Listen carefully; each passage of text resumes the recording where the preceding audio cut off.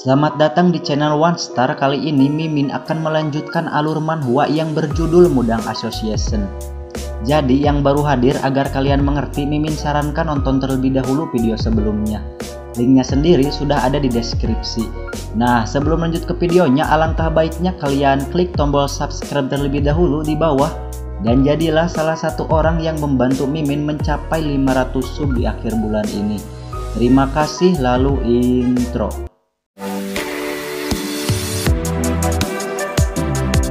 Kembali lagi ke Myujin yang sudah selesai memakan daging dan melanggar aturan. Para tetua pun sangat marah sebab Myujin melakukan hal tersebut.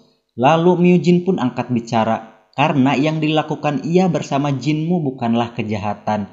Dan berkat memakan daginglah kondisinya membaik. Yang dulunya hanya terus berbaring di kasur, sekarang ia bisa berjalan-jalan kembali. Oh iya teman-teman, yang membuat Myujin sakit itu karena sebuah pertarungan. Dan pertarungannya dengan Jinmu sendiri saat ia masih memimpin klan Sha. Di video pertama Mimin kan udah pernah bilang bahwa si Jinmu saat belum bereinkarnasi pernah menghancurkan istana Saman. Nah, salah satu istana itu adalah tempat di mana sekarang Jinmu tinggal. Perdebatan pun terus berlanjut sampai akhirnya ketua Saman meminta agar ia dengan Myujin membicarakan masalah tersebut secara empat mata. Lalu scene pun berpindah ke besoknya di mana Jinmu bertemu ketua Saman.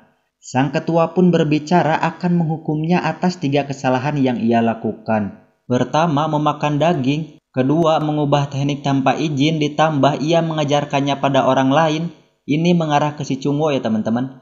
Lalu ketiga, melukai salah satu murid di sana. Dan ternyata sang ketua memutuskan hukuman tersebut dengan ditugaskannya si Jinmu untuk memperbaiki sebuah pavilion dalam waktu sebulan. Jinmu pun senang karena hukuman tersebut terbilang ringan. Berbeda dengan tetua lainnya yang protes dan merasa itu sangat tidak adil. Sang ketua pun marah karena mereka meragukan keputusan yang sudah ia buat. Melihat reaksi ketua, akhirnya kondisi pun kembali tenang. Di akhir percakapan, ketua pun memutuskan untuk mencabut aturan atas dilarangnya memakan daging. Singkat cerita, scene berpindah ke Jinmu dan Chungwo yang sudah sampai tepat di depan pavilion yang ia akan perbaiki. Hari pertama pun dilewati dengan bersantai sambil memakan daging sepuasnya. Karena menurut Jinmu, waktu sebulan sudah lebih dari cukup untuk memperbaiki pavilion tersebut. Besok hari pun tiba, di mana sekarang Chungwo membawa seorang pemuda bernama Chungsang. Tujuan Chungsang sendiri untuk mempertanyakan teknik yang sudah dipelajari Chungwo dari Jinmu. Sebab saat ia bertanya pada Chungwo, ia tak bisa menjelaskannya sedikit pun. Seperti yang kita tahu, si Chungwo adalah anak yang lumayan bodoh teman-teman. Di sisi lain terlihat ketua Saman bersama tetua lainnya sedang mendiskusikan sesuatu di sebuah kedai. Di sini pun sang ketua menjelaskan alasan ia mencabut aturan dilarangnya memakan daging. Itu karena Jinmu teman-teman. Saat ketua melihat Jinmu yang baru menjadi murid selama setahun, sudah bisa mengubah teknik menjadi lebih efisien, ia pun terkesan dan ingin murid lainnya mencontoh dirinya. Oleh karena itu ketua pun berpikir harus ada perubahan. Nah, perubahannya berawal dari pencabutannya larangan tersebut. Kembali lagi ke Jinmu. Sekarang diketahui bahwa Chungsang adalah salah satu dari murid pendekar terbaik di sana. Namun karena ia berasal dari keluarga kasta rendah, murid lain tak mengajarinya dengan baik. Lah, kok murid Min bukan guru? Ini seperti kasus si Chungwo yang menjadikan si Jinmu gurunya teman-teman. Intinya untuk mengajari seseorang di sana tak perlu menjadi tetua atau berpangkat guru. Chungsang pun terlihat sangat ragu melihat Jinmu. Merasakan itu, Jinmu pun tak tinggal diam dan membuktikan banyaknya pengetahuan yang ia miliki. Contohnya sekarang ia menyuruh Chungwo untuk melemparkan batu besar yang berada tepat di depannya. Seperti yang Chungsang duga, Chungwo tak bisa melakukan hal tersebut. Melihat hal itu, Jinmu pun memberikan teknik dan solusi agar Chungwo dapat melakukannya. Sampai akhirnya batu yang begitu besar diangkat Chungwo dan dilemparkan dengan mudah. Chungsang pun sangat terkejut dengan hal itu. Karena hanya dengan mengubah postur dan arahan Jinmu, batu besar itu dapat dilemparkan. Padahal teman-teman, rahasianya adalah karena si Jinmu memasukkan energi ke tubuhnya si Chungwo. Lalu alasan Jinmu melakukan hal itu agar si Changsung terkesan dan menjadikan si Jinmu gurunya. Sebenarnya tidak mengarah ke murid sih, anggapan si Jinmu sendiri, Changsung dan juga Chungwo adalah bawahannya yang akan ia ajak ke jalan yang sedikit sesat. Contohnya gini teman-teman, sekarang ketua menghilangkan satu aturan, tetapi tidak menutup kemungkinan 9 aturan lainnya pun akan dihilangkan. Sampai akhirnya wanita, alkohol, dan semua hal yang tabu dihalalkan. Intinya si Jinmu ingin semua yang ada di sana berubah menjadi calon bahan bakar neraka. Karena si Jinmu sendiri adalah seorang Saiton berwujud manusia.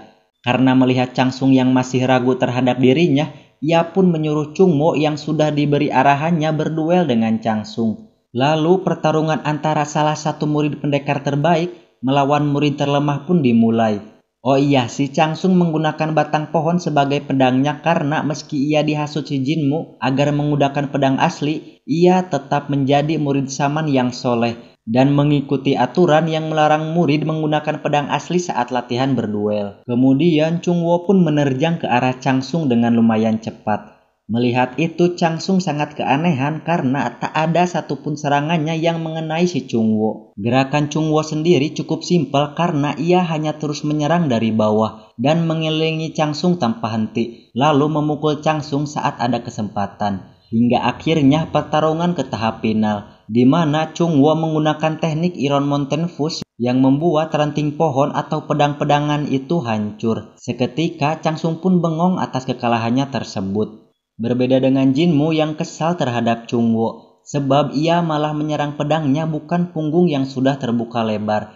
Jadi jika itu adalah pertarungan asli, sudah dipastikan Chungwo berakhir tewas. Lalu Jinmu pun pergi dan mengakui kekalahannya si Chungwo dan berniat menghukumnya karena sebab si Chungwo yang sedikit bodoh, ia gagal mendapatkan bawahannya yang kedua. Namun di akhir Changsung tersenyum karena kagum pada si Jinmu, yang membuat Chungwo bertambah kuat dengan cepat. Besok hari pun tiba di mana Changsung kembali menemui Jinmu. Tetapi sikapnya sekarang berbeda. Yang kemarin cuek dan sok keren berubah menjadi ramah dan menghormati Jinmu seutuhnya.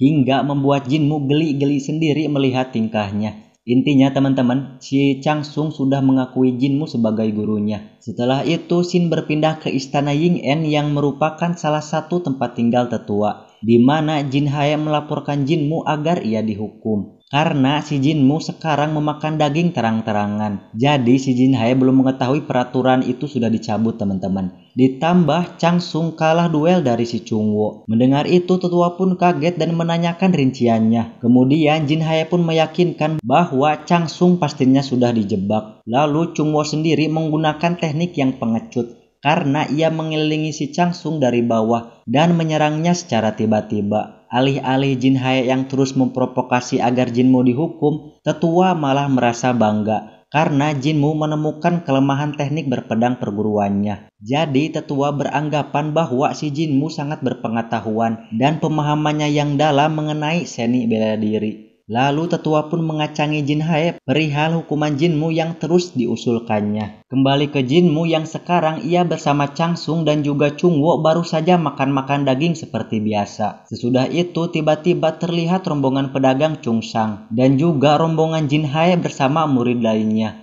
Seketika Jinmu pun menyuruh mereka untuk merapikan semua jejak bakar-bakaran daging tersebut. Saat Jinmu sedikit lengah, tiba-tiba Changsung dan juga Chungwo bergegas pergi menemui pedagang untuk menyambutnya. Sontak para pedagang pun kaget melihat mereka, karena terlihat jelas belepotan sesudah memakan hal yang dianggap tabu bagi Saman. Jin Hae pun sangat kesal pada Jinmu karena mencoreng nama baik para Saman di sana. Singkat cerita, para pedagang dan Jin Hae pergi melewati si Jinmu. Jinmu pun sangat curiga karena selama 80 tahun ia berbisnis, ia tak pernah melihat mereka sekalipun. Ditambah si ketua pedagang mirip ikan lele, yang biasanya orang seperti itu adalah orang yang sangat licik. Jadi si Jinmu mengikuti mereka karena mencium aroma-aroma cuan di sana. Shin pun berpindah ke pedagang yang menemui para tetua Saman. Ia pun memberikan uang serta barang berharga lainnya secara cuma-cuma. Diketahui sekarang perguruan Saman sedang bekerja sama dengan para pedagang Chungsang.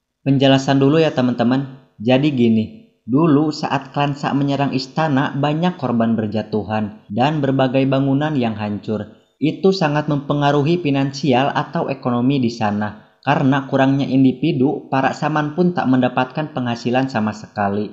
Dulu biasanya mereka mendapatkan pekerjaan seperti mengawal para pedagang. Tetapi sesudah istana diserang habis-habisan oleh Klansa, tak ada siapapun yang memperkerjakan mereka.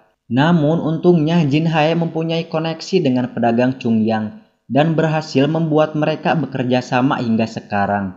Lalu Shin pun berpindah ke para pedagang yang berada di luar. Kemudian manajer mempertanyakan kenapa si ketua sangat banyak memberikan uang pada saman. Padahal menurutnya dengan harta yang segitu banyak lebih baik bekerja sama dengan klan Juge Liang. Klan Juge untuk sekarang bisa dibilang musuh istana saman, teman-teman. Ketua pedagang pun menjawab, bukannya ia tak mau bekerja sama dengan klan Juge, tetapi lebih ke tidak bisa.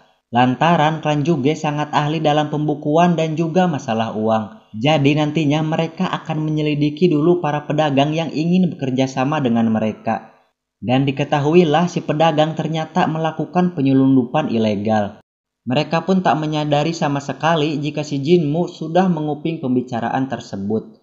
Setelah itu, Shin berpindah ke pedagang yang melihat pertunjukan bela diri para murid di sana. Kemudian Jin Hae pun memperlihatkan salah satu teknik terbaik para saman yang bernama Nine Head Strike, di mana itu adalah teknik formasi dengan menggunakan 9 orang dan 1 orang sebagai komando. Intinya teknik itu seperti membuat mereka melakukan maju mundur dan terlihat seperti menyerang sendiri-sendiri. Akan tetapi pada akhirnya itu akan membuat musuh terpojok. Tetua yang melihat Jinmu seperti tertarik dengan teknik itu pun mempertanyakan apa kekurangan Jin Hae bersama rekan-rekannya melakukan teknik tersebut. Jinmu pun menjawab jika ia melihat mereka seperti kurang fokus yang membuat formasinya terlihat kacau dan memiliki celah. Lalu jika ia yang melakukan teknik tersebut, Jinmu akan menyerangnya dari kiri. Sudah menyerang dari kiri, ia akan menghindar lebih jauh dan memperlambat kecepatan sampai musuh terpancing. Setelah itu ia akan menyerang secara langsung dari posisi yang lebih baik. Tetua pun sangat kagum dengan jawaban si Jinmu karena kelemahan dan juga meningkatkan teknik agar lebih efisien dijelaskan dengan baik dan masuk akal.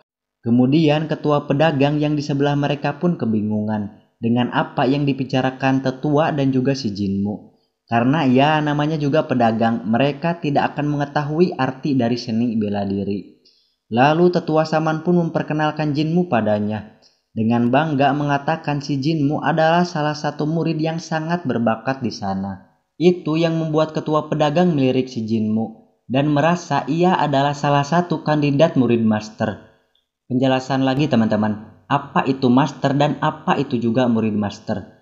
Pertama, master itu adalah tetua di istana yang beranggotakan 5 orang. Dihitung dengan Myujin, gurunya si Jinmu yang sedang sakit, dan ketua para saman. Lalu murid master tujuan bagi si Jinmu. Bisa dikatakan murid master itu adalah kandidat penerus para master selanjutnya teman-teman. Dan juga tujuan si ketua pedagang membuat Jin Hae menjadi murid master, agar di masa depan ia bisa memperalat para saman melalui si Jin Hae. Dalam hatinya Jinmu yang mengetahui semua rencana pedagang pun kesal, karena mereka akan menghalangi jalannya menjadi murid master, dan bersumpah akan menghancurkannya lalu membunuh mereka dengan sangat kejam.